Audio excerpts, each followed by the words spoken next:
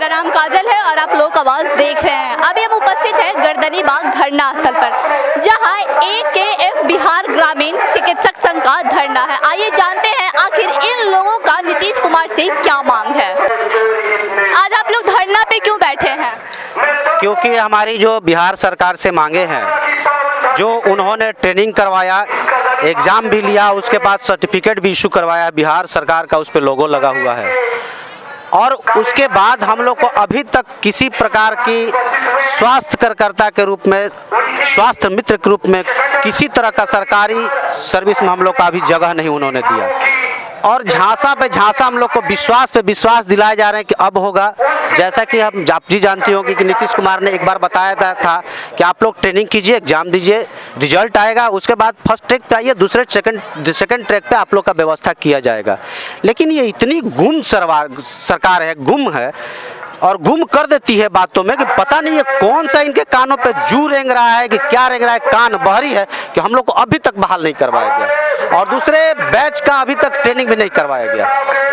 तो आप लोग बिहार सरकार के झांसे में आ क्यों जाते हैं? मैं क्यों आऊँगा भाई, मुझे तो लिटरेट जैसे कि अभी आपने बोला कि बिहार सरकार हर बार झांसा देता है, तो आप लोग झांसे में आते क्यों? झांसा पे अगर 2 बार दी, 4 बार दी, तो इसीलिए तो मैं धरना पर बैठा हूँ ना।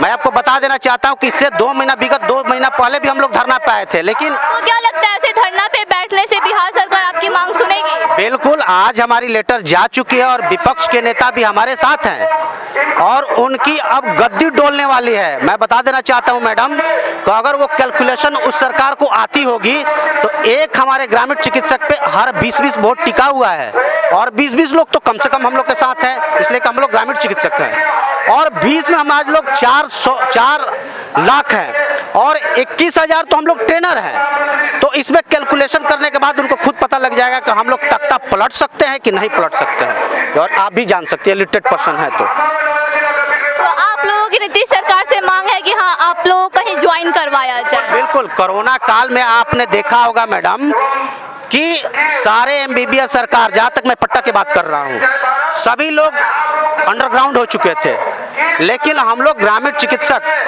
आज भी और कल भी हम लोगों ने घर घर जाकर सेवा किया। सब लोग आए, सब लोग को हम लोगों ने सेवा किया, ये सारे लोग जानते हैं, बताने की जरूरत नहीं है और सारे ऑल ओवर इंडिया के लोग जानते हैं और केंद्र सरकार और राज्य सरकार भी इस चीज को जानती है। जैसा कि आपने बोला कि 2 महीना पहले भी आप लोगों ने धरना दिया था, तो उस धरना से नीतीश कुमार पे क्या फर्क पड़ा? फर्क नहीं पड़ा है, लेकिन अब पड़ जाएगा, बहुत फर्क पड़ा भी है, उनको पता होगा, लेकिन वो समझ रहे हैं कि हम लोग इससे चुप बैठने वाले तो कतई चुप नहीं बैठेंगे, इसलिए कि इसके बाद आमरण अनशन भी हो सकता है अगर इस बातों को हमारे ऊपर ध्यान नहीं दिया उन्होंने तो। धरना पे बैठने के पीछे का क्या कारण है? धरना पर बैठने का मुख्य कारण ये है कि यह सरकार गूंगी तथा बहरी हो गई है। ये सरकार 2014 में बिहार के 21,000 ग्रामीण चिकित्सकों को फार्म अप्लाई कराई, साल भर का समय ली, उसके बाद 5,000 उसके फीस ली। प्रशिक्षित कराने के बाद अप्रशिक्षितों से कार्य ले रही है। ये जो प्रशिक्षित चिकित्सक, ग्रामीण चिकित्सक हैं, उनको अनदेखा कर रही है।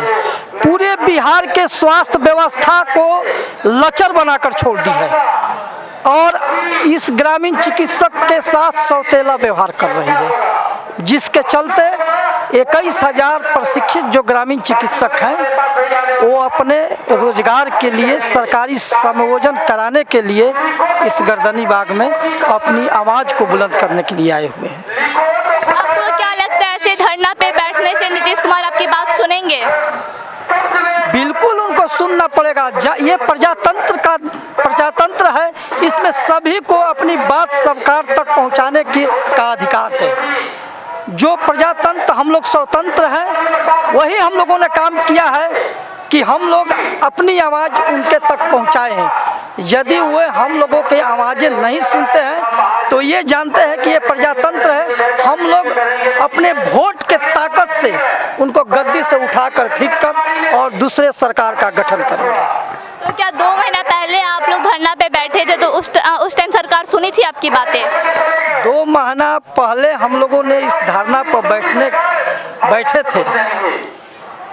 इसके असर तो सरकार पर कुछ नहीं पड़ी, जिसके 2 महीने पहले कोई असर नहीं पड़ा तो आप कैसे बोल सकते कि इस बार आप धरना पे बैठे और असर पड़ेगा?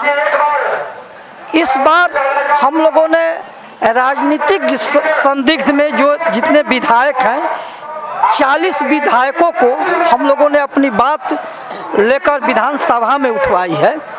तो हो सकता है कि जो हम लोग के विधायक विधानसभा में हम लोग के बात लिखित रूप में उठाए हैं तो इस पर सरकार का कोई जवाब आना चाहिए। हाँ या ना में कुछ तो जवाब आएगा। इसलिए मुझे उम्मीद है कि इस धारणा का और लिखित विधानसभा में जो विधायकों ने सवाल किया है उसका जवाब सरकार को देना चाहिए। प्रदर्शन अगर नहीं प्रभाव पड़ता मैडम तो आपको मैं बता देना चाहता हूं कि इसके पहले जो हम लोग धरना पे बैठे हुए थे उस दिन हमारी टीचर का भी धरना था, जो आपको ये जो टीचर का भी तुरंत बहाल हुई है और 7 वाले में भी बहाल होने वाली है। तो आप इस चीज़ को बता सकती है, सिविक्स में पढ़ी होंगी कि ये लोकतंत्र में धरना से और आंदोलन से किसी को भी जीता जा सकता है और हम तो बहुत सारे अभी संख्या में हैं। अगर उनकी जैसा कि आप खुद ही कह रहे हैं कि नीतीश सरकार गूंगी और बहरी हो गई है तो सरकार को आखिर कैसे सुनाइएगा? धरना से अनशन से और नहीं खटखटाएंगे तो जबरदस्ती उनसे जाके वो तो समझ रही है आपकी क्या क्यों डोलेंगी वो, क्योंकि इलेक्शन आएगा ना।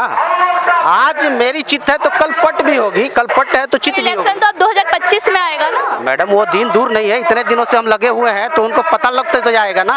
आज तो धरना हुआ है ना, हम लोग तो कहा गया है ना कि सील पे रस्सी खींचते खींचते जैसे वहाँ दाग हो जाता है वैसे तो प्रयासरत रहेंगे ना हम, हथौड़ा तो मारेंगे, छोड़ेंगे थोड़ी। और सरकार एक दिन न एक दिन तो उसको सर फूटना ही है। हमारा काम है करना। आज आपको पता है, जनसंख्या देख सकती हैं आप, जनसंख्या देखने के बाद आपको पता लगा होगा क्या कर सकते हैं हम। नीतीश कुमार जी, वो दिन दूर नहीं है कि जब आपको फिर से जनता एक बार चुनेगी। आज 2022 है और 2025 आने में ज़्यादा टाइम नहीं है। तो अगर आप इन लोगों की बात नहीं सुनते हैं तो ध्यान रखिएगा, अगले 2025 में आपको फिर से मुख्यमंत्री बनना है या नहीं। आई की खबरों के लिए जुड़े रहे हमारे फेसबुक पेज और यूट्यूब चैनल से। धन्यवाद।